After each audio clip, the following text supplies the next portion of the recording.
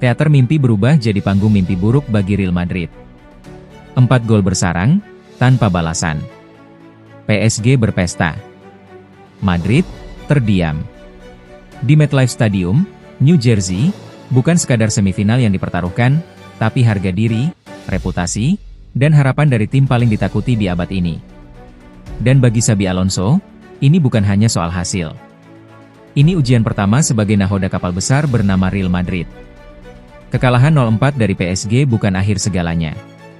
Tapi mungkin, ini adalah titik mula segalanya. Simbol benturan pembantaian di MetLife.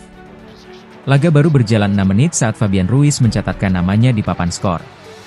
1 gol yang merobek konsentrasi, 2 gol yang memecah struktur, dan 3 gol yang mematikan semangat. Ousmane Dembélé menambah luka di menit ke-9, lalu Ruiz kembali mencetak gol keduanya di menit ke-24. Gonçalo Ramos menutup parade penderitaan Madrid di menit 87. 4 gol. 0 balasan. PSG tampil seolah mereka sedang mengejar takdir, bukan sekadar kemenangan. Tim asuhan Luis Enrique itu bermain dengan kecepatan, presisi, dan kelapangan taktik yang sulit dibendung. Semua kombinasi PSG begitu rapi dan berbahaya. Saat Real Madrid mencoba mengejar, mereka malah kehilangan arah.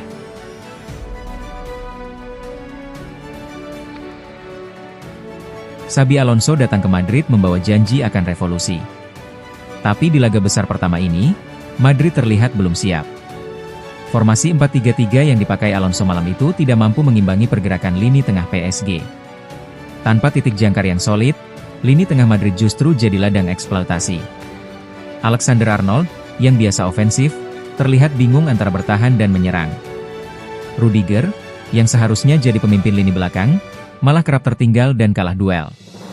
Sementara di lini depan, Kylian Mbappe tampak tak nyambung dengan sistem. Vini Junior juga jarang mendapat ruang. Dan Rodrigo?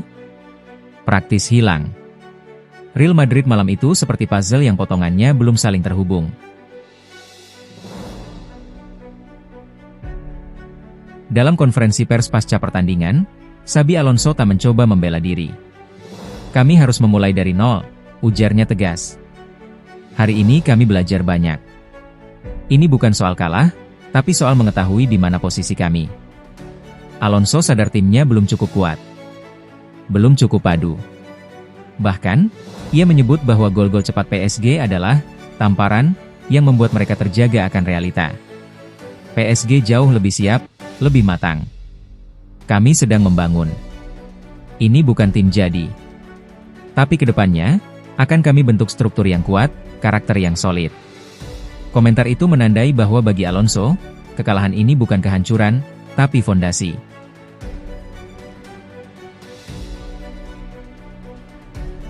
Media Spanyol langsung membedah performa malam itu. Diario AS menyebut kekalahan ini sebagai choreo atau hujan gol, tanda kegagalan total di segala lini. Marca menyoroti minimnya reaksi Madrid usai kebobolan. Sementara Cadena SR terang-terangan menyebut ini sebagai desastre total. Beberapa nama langsung jadi sasaran. Asensio, yang kehilangan bola di momen penting.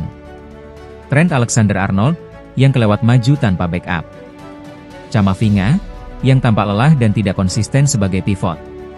Mbappe, yang disorot karena gagal memberi dampak meski bermain lawan mantan klubnya.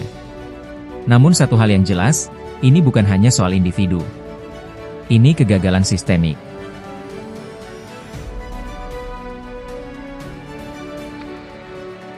Xabi Alonso datang ke Madrid dengan reputasi cemerlang di Bayer Leverkusen.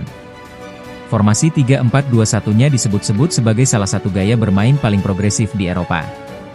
Namun malam itu, Alonso memilih jalan konservatif, kembali ke 4-3-3. Sebuah bentuk yang familiar, tapi justru membuat Madrid kehilangan identitas. Apakah Alonso sedang bereksperimen? Atau justru merasa belum cukup percaya diri untuk membentuk Madrid sesuai gayanya? Banyak pengamat meyakini bahwa perubahan taktik di laga sebesar ini justru jadi bumerang. Tanpa sistem yang jelas dan pemain yang menyatu, Madrid seperti kehilangan arah.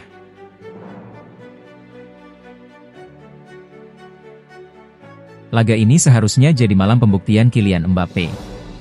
Bermain melawan mantan klub, dengan harapan tinggi, sorot kamera, dan tekanan publik. Namun kenyataannya, Mbappe tidak mampu memberi satupun tembakan tepat sasaran. Diblokir, dipagari, dan kehilangan chemistry. Beberapa momen saat dia mencoba soloran selalu gagal di tangan Skriniar atau Marquinhos. Bahkan, PSG seolah tahu betul cara menghentikannya, karena mereka yang membesarkan dia. Ini jadi pertanyaan besar, apakah Mbappe memang cocok di sistem Madrid?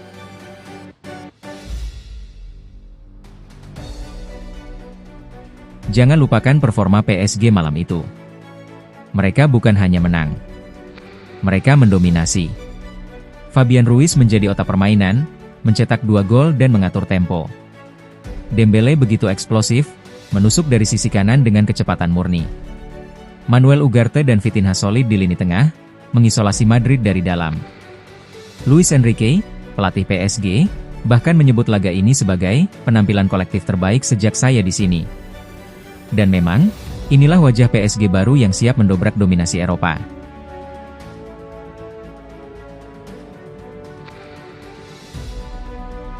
Ia tahu ini awal.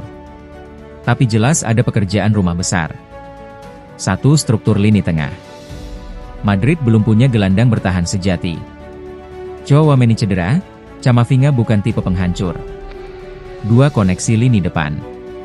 Trio Vini Mbappe Rodrigo belum menunjukkan kombinasi yang hidup.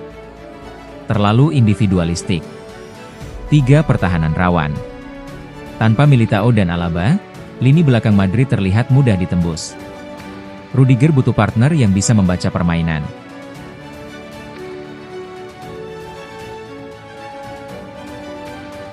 Banyak fans Madrid yang panik. Tapi beberapa lainnya percaya ini justru jadi titik balik. Xabi Alonso sedang membangun pondasi. Ia bukan pesulap. Dan bahkan Carlo Ancelotti pun butuh 2 musim untuk menemukan kestabilan. Kekalahan dari PSG bisa jadi luka yang menyakitkan. Tapi seperti luka-luka Madrid sebelumnya, dari Ajax, City, Chelsea, mereka selalu bangkit lebih kuat. Dan kali ini, ada keyakinan bahwa di tangan Alonso, Madrid bukan hanya akan bangkit, mereka akan berevolusi.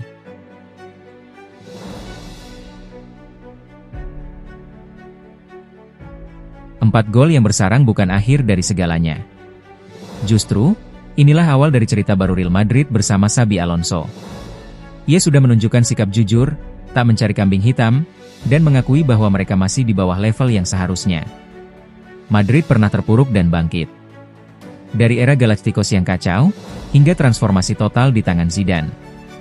Kini giliran Alonso. Yang tersisa sekarang hanyalah waktu. Dan seperti biasa, Real Madrid bukan tim yang takut akan proses. Mereka menunggu.